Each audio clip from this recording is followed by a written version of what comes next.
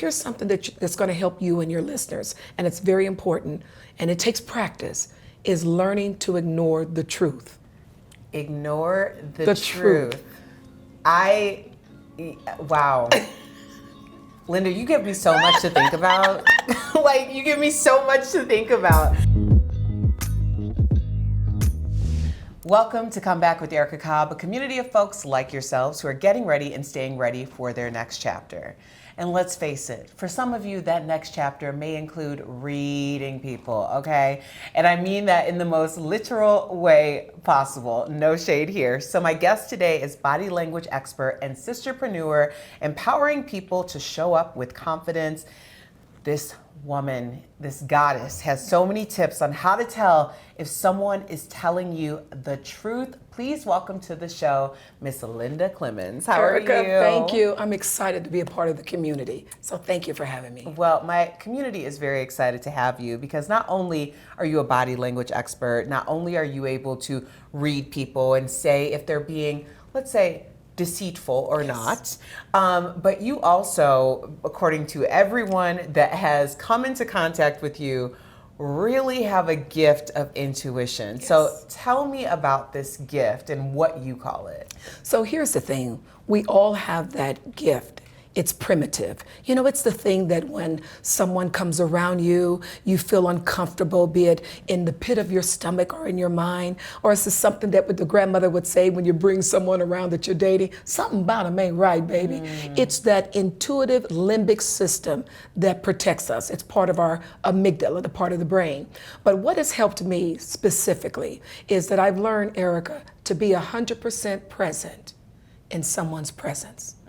See, we've got high tech. It's put a man on the moon. Look what it's done with technology. AI, we can have someone that look like us that's not us. Right. But high tech will never ever replace high touch. And when you have that high touch and you're in someone's presence, it allows them to be more vulnerable, more authentic in themselves. Now, when they do that, I'm able to pick up on those minor cues, those micro expressions. And by asking the right questions, they validate it through their facial expressions and their body language. So it's just showing up and being that exceptional listening ear. You know, we're both in broadcasting, right? Yeah. So sometimes we broadcast when we should be tuning in. So the gift is tuning in. I love that so much because one of the things that I was just thinking about when you were speaking is we all possess that intuitive nature, but some of us do broadcast more than we tune in. But how did you know that you were right, that you were spot on about what you were feeling? Because I think a lot of times we gaslight ourselves into believing that what we're experiencing isn't truly what we're experiencing. That's good. One of the ways I do, I ask a series of questions, and you've got first level questions. So let me give you an example. First level question, what is your name? Erica Cobb. Well, that's a first level. That doesn't tell me what your emotional state is because you told me your name. Second level question is, for example, if I ask you, Erica, where did you go on vacation? You said Hawaii. And the second level is, why did you go to Hawaii? I had to get away. Oh, and then the third level is the question that allows you to peel the onion. What if you weren't able to get away?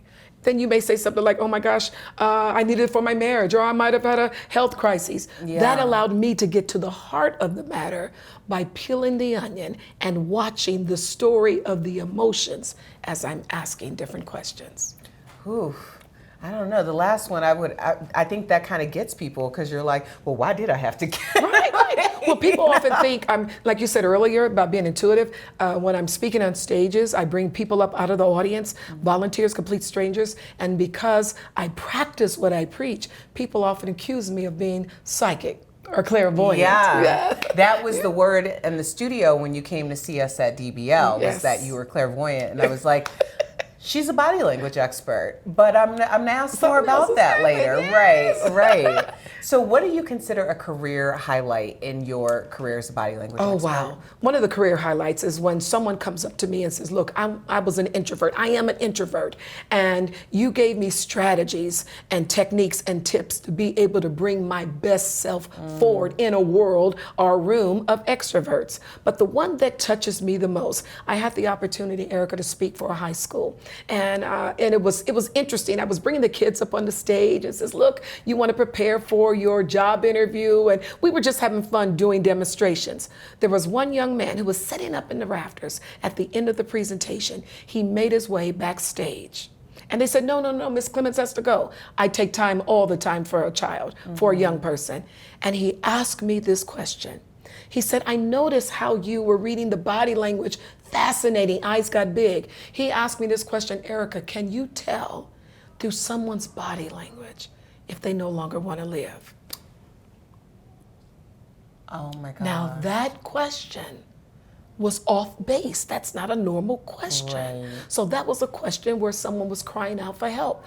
I was a little uncomfortable by that question. So needless to say, I answered it, of course. Yeah. But I also spoke with the principals, they spoke with the superintendent, and Erica. They found letters in his little dresser drawer. Needless to say, he got the help that he needed. But what if I didn't have the time? What if I was dismissive? What if I was in the diva mode? But the question that I heard, there was something else beyond the question. And to your viewers, to your listeners, what is so critical is what's beyond the question. So for every emotion, there's a motion. There's an action. Yeah. If a child is throwing a tantrum, it's just not screaming, there's an emotion with it. But there's always a story attached. And that's what we do, is pull out the story that's attached to the emotions and the motions and the actions that go along with it. That got me, because I didn't see that being the answer. And I'm thinking about, oftentimes going back, which I'm going to use this now a million times, when we're broadcasting and we're not tuning in, I'm just gonna let you know that I'm borrowing this permanently. Yes. I feel like if we're tuning in more, then we are picking up on the energy and the body language of other people. We may be picking up on someone who is silently crying out for help. So you telling that story is a reminder to so many of us that sometimes we're also silently broadcasting in rooms where no one's tuning in. Right. And maybe those just aren't our rooms. Absolutely. Not that we don't have a quality broadcast. Right. Wow. Wow. I mean, so when you were formally trained, because you also worked with the FBI, like you're trained. So the FBI has been in my audience. The FBI, I'm a member of the FBI Citizens Academy. I grew up, I wanted to be an FBI agent, and I had the privilege and the honor during the George Floyd case, had the opportunity where an FBI agent, well-known body language expert, former FBI agent, referred me for that interview. And this is what it told me. This is so interesting, that during the George Floyd case, there was no one that I was aware of, behavior science or expert or body language expert, that looked like you and me of color. So can you imagine coming from maybe a world where you might be privileged? How can you empathize? How can you walk in someone's shoes if you cannot imagine? Right. And so when I got called in to do an interview based on the trial, I was seeing things that someone else would not see based on their cultural script or their background. So I've been blessed to be trained by retired FBI agents, ATF, CIA agents in a boot camp for analytical interviewing. The late J.J. Newberry and the late Maureen O'Sullivan, not the actress, but the professor, who was one of those individuals who was instrumental in Paul Ekman's emotions. So I've been trained and mentored by the best. Yeah. When you said that for this interview that you were able to add cultural context, and we often forget how important that is. Absolutely. I talk about it a lot in media because we're constantly throwing around this idea of representation. But representation isn't only aesthetic, it also contributes to what the meaning behind what we're seeing or doing is. And so for you to say that and add that context to it is so important. If you think about when we have life or death issues, or when you brought up George Floyd, and when we're doing jury selections, or when we have representation in the political realm, how much of these things are we missing because there's no cultural context to the nonverbal? Oh, Erica, that is so powerful. May I add on something to that, please? So I was speaking at a conference on a panel, and there was a lot of PhDs on the panel, and of course a psychologist, and they were using videotape of people that have psychological problems. You know, there's all kinds of things. But there was one particular picture that she brought up on the screen, and you could hear a pin drop. There was an African-American woman, and she had her hair in braids. Now, I'm an African-American woman, but the woman was doing this as she was prepping for her interview on this videotape. She was doing this. So you already know, right? And so patting, now, and for the audio audience, she was patting with an open hand. Come on, with an open hand Yes. on her head. Now, why is this important? Because the psychologists, but the PhD, said that she was having nervous issues because she was patting her head with the open hand.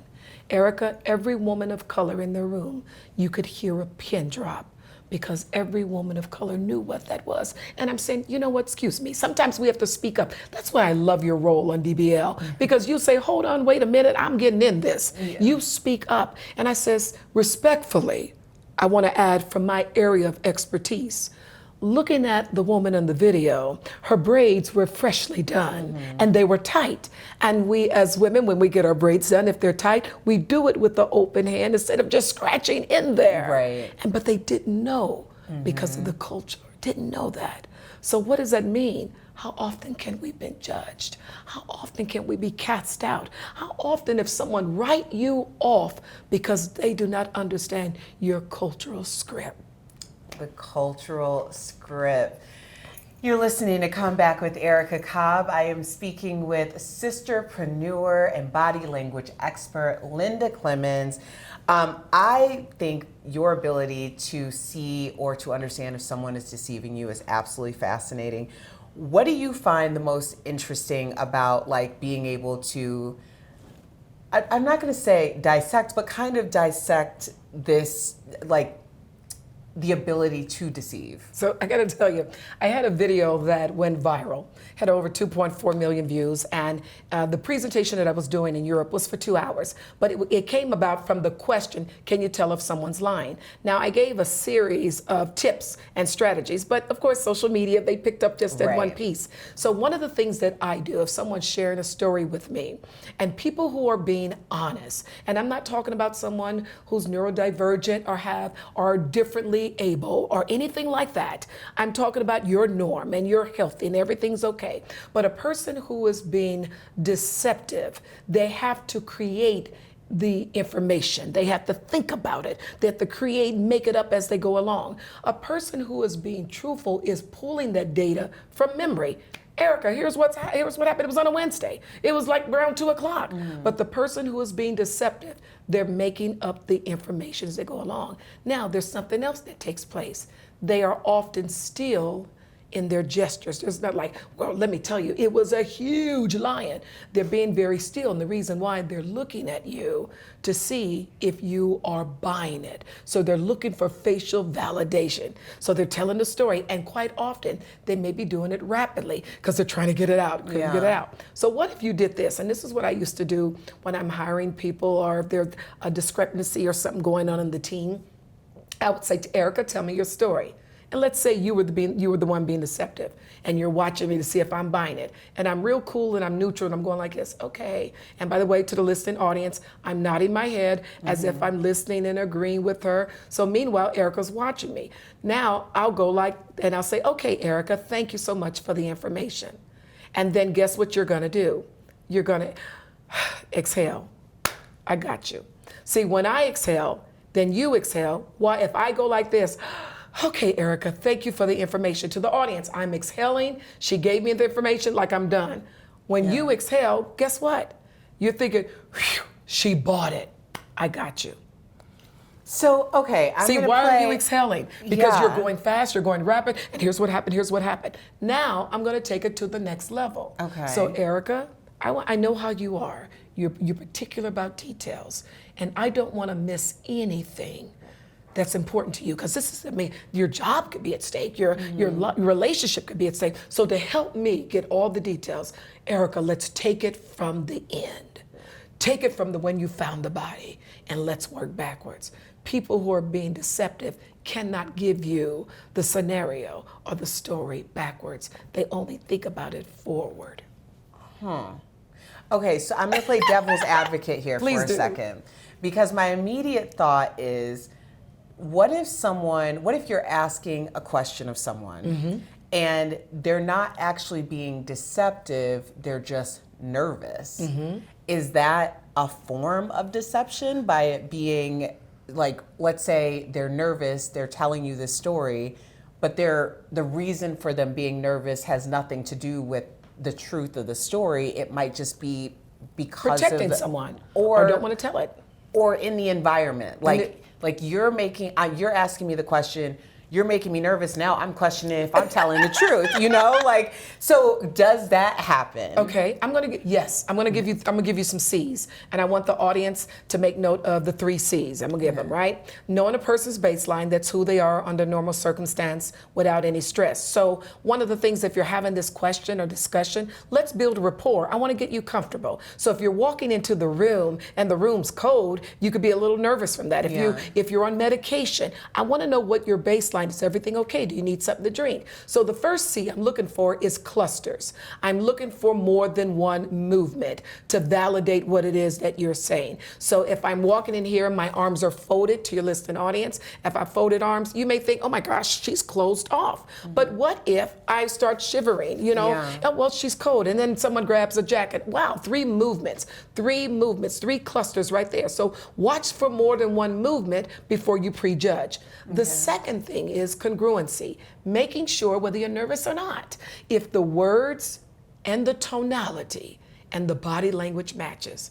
Because if all 3 don't agree, then there's a disconnect in the message between you and me. So, okay, she may be a little nervous, so let me get her calmed down. So you want to go back over that story? You want to give me a little bit more? Is everything okay? What do you need for me to be able to find out the best information? What can I do for you? How can I make you comfortable? And the last thing is the context, which you talked about, the environment. Okay, where are the doors? I'm not safe in here. She's got me in here. She's asking me these questions. What's the way out? So that I could be nervous because of that. But at the same time, if I am not congruent in my nervousness, because if I'm nervous, then all of a sudden I start to get small. I'm coming and protecting myself. So being aware of those 3 C's is critical.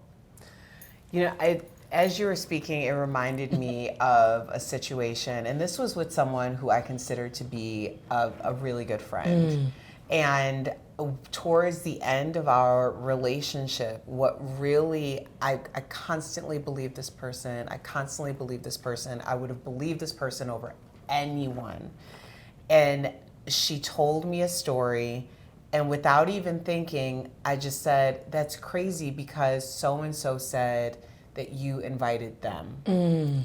And she looked at me and said, well, yeah, so I did. And it shook me because I wasn't anticipating there being such a large reaction from what I thought was a very small, it wasn't like I was accusing. Right. I was just simply saying, like, my tonality was kind of like, how dare this person lie on you? Right. And her reaction was so over the top that I was like, oh, not only are you not telling the truth about this, but there's even more that you're covering. Absolutely.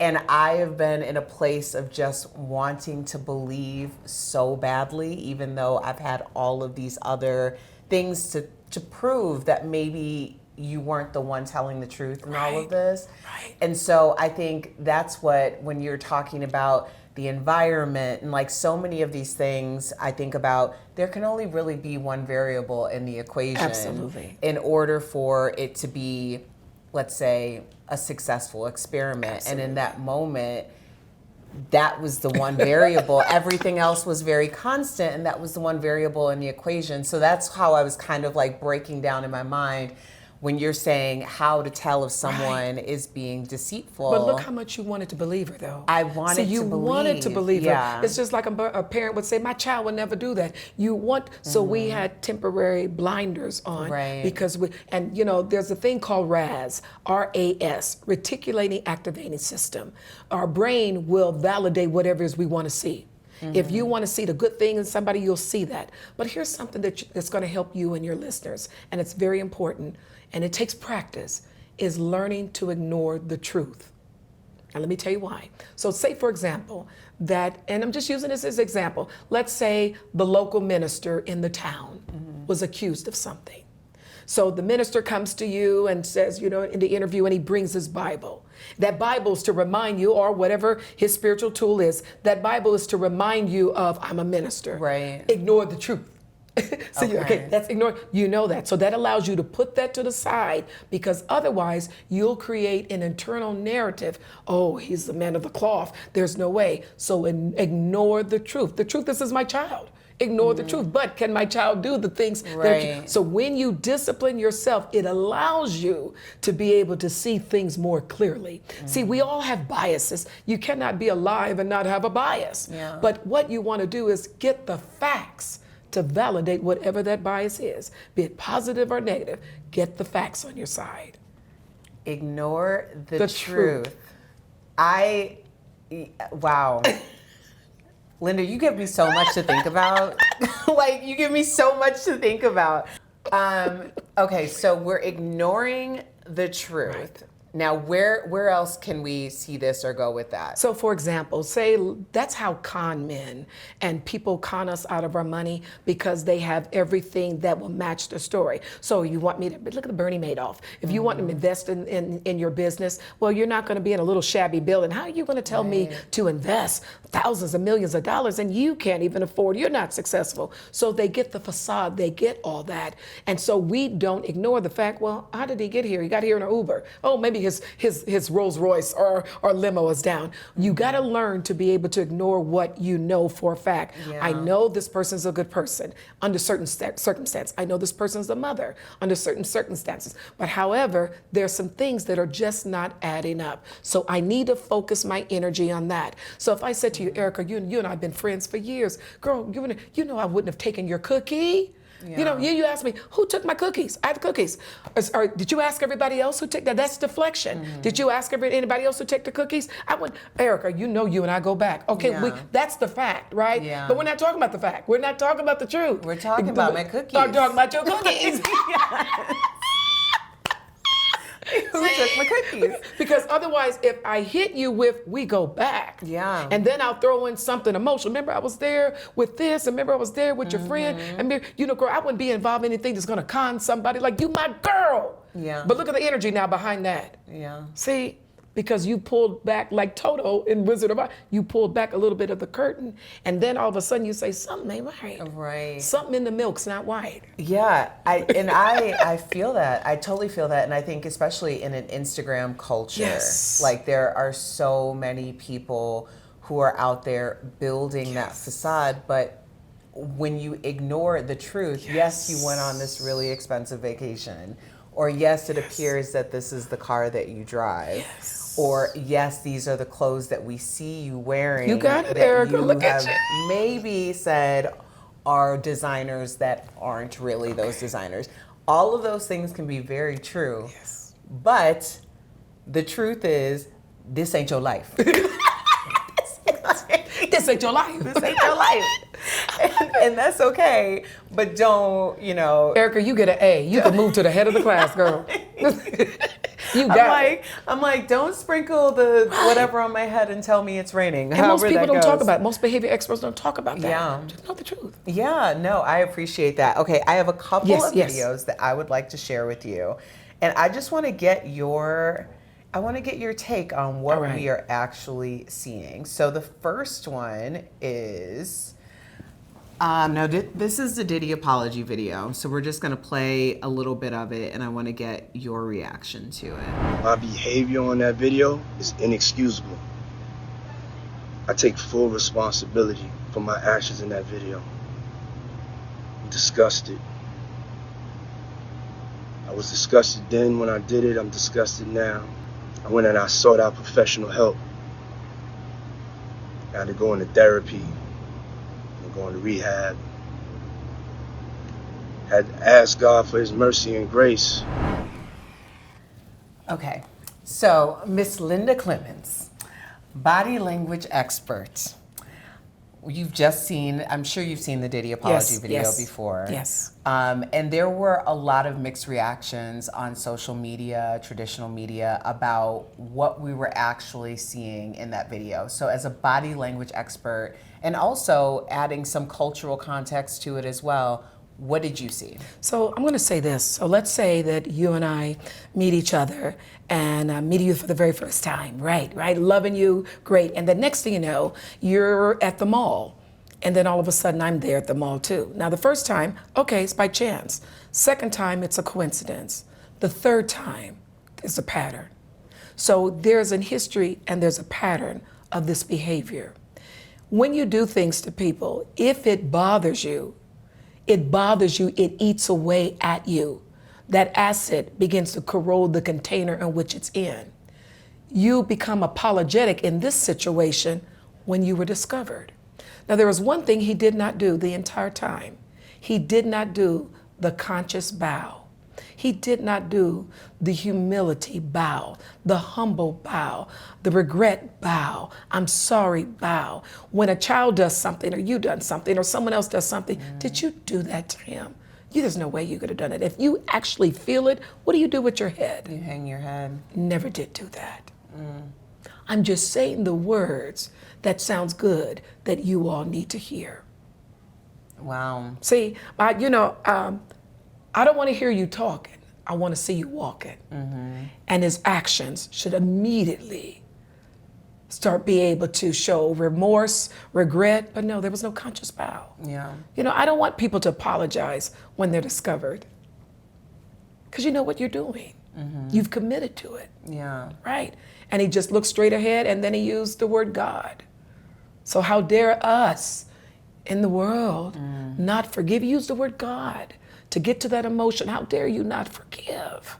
I'm only human, but he never did the bow. Yeah. Wow. And his tone was still consistent. When people that are hurt or they hurt someone, you can literally feel the pain and hear the pain in their tone. Wow.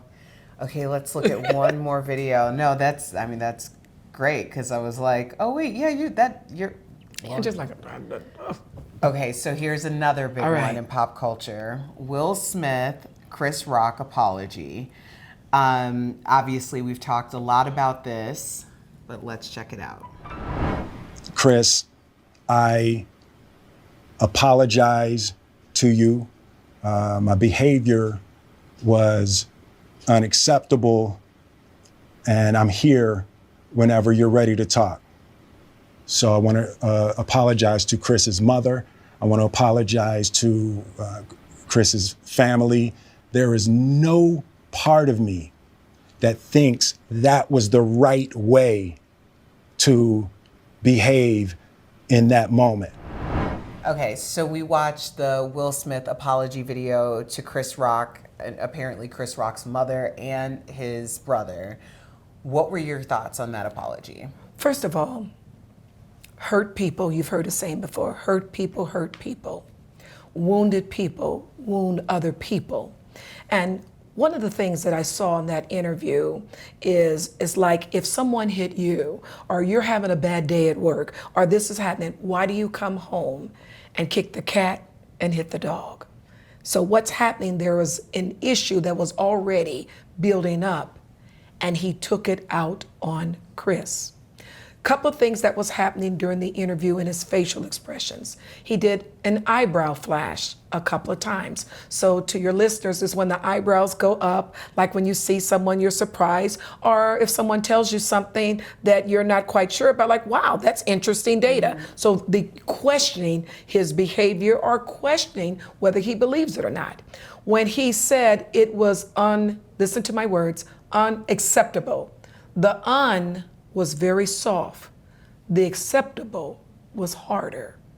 So subconsciously, You thought it was okay to do that because you felt that you were protecting your wife, but it's something even bigger than that.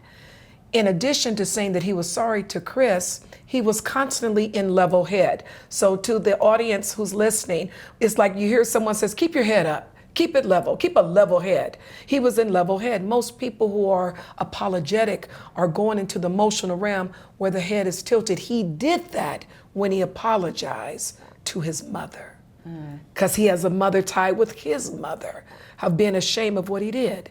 So now you've got a lot at stake. When people have things at stake, when they can lose everything, that thing can humble them, but it doesn't mean that they're always sorry. Now, later on, the repercussions, the consequences behind it, he may be regretful, but sorry is another thing. That is so interesting. I mean, obviously, this is going to be battled on social media Absolutely. for years to come, but just seeing the two apologies, out of those two apologies, which one came off the most authentic? For me, between the Diddy one and with Will this, Smith? the Will Smith. Okay. Will Smith. And it's the part with his, about the mother. The mother. That's the only piece right there. Wow. These are broken Wow. people, and that's where we, as human beings, we forgive. Yeah. We forgive.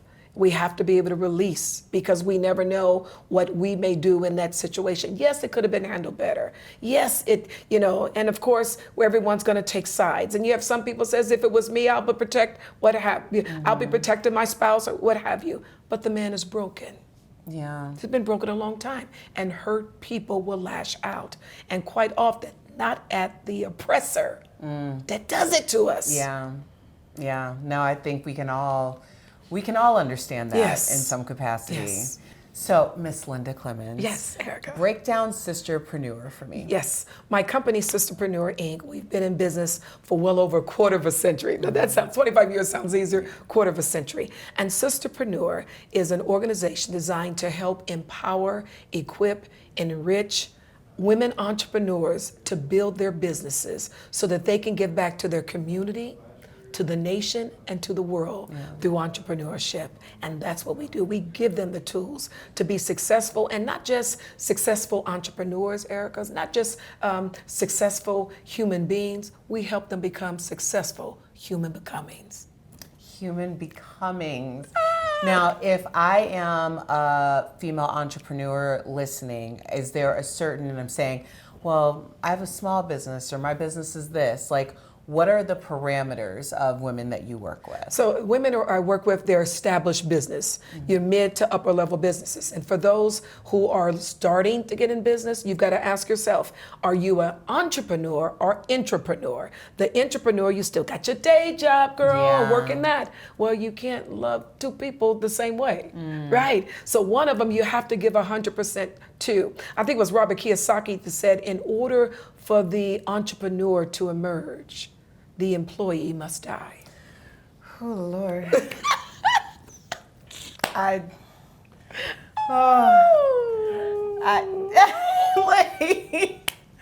like, oh, Lord. I mean, technically, I'm internalizing this as we speak. Right. Technically, I haven't worked for anyone but myself for the past 7 years. I haven't been an employee. However, I can feel the employee aspect of it needs to die for the next chapter to begin. Yes, So, because it's fighting for your attention. yes. And one needs more. Okay. So, as I'm freaking out over here, Linda, tell us about your new business and how we can support you. So here's how I want everyone to support me. Look me up on all the social media, specifically. My niece would say, Auntie, tell them, follow you on Instagram. Yes. And of course, LinkedIn. And you just reached 100,000 on 100,000, Instagram. yes. I get it. Yes, so I'm excited about that. And first to hear it, because I've not said to anyone publicly on media.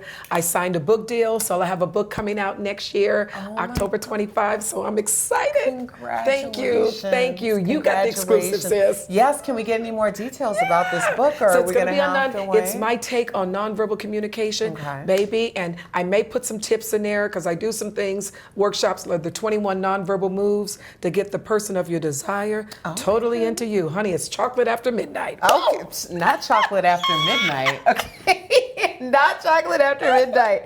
Well, Linda Clemons, I appreciate you so much. I just want to tell my comeback community how important it is to support one another. I initially met Linda because she watched our daytime talk show, Daily Blast Live, and when I had my first big live event, Linda reached out to me and said, hey, I'm not going to be able to attend the event, but I would like to purchase some tickets for some women who are deserving of going to your event. And she did that. And I am so appreciative. Thank you. I am so appreciative that you have come out to Denver and spent some time with us. And to my comeback community, I want you to support Linda Clemons. She is amazing. Thank you. Make sure you follow her on all social media platforms, as well as download a copy of her ebook, Back in Touch, by visiting LindaClemonsEbooks.com. Love it. Linda, thank you so much for your sis. time. Thank you. Hug, hug, hug, Oh hug, my hug. gosh. And thank you, Comeback community, for watching. And you can always check us out on comeback.tv, of course, on all social media platforms.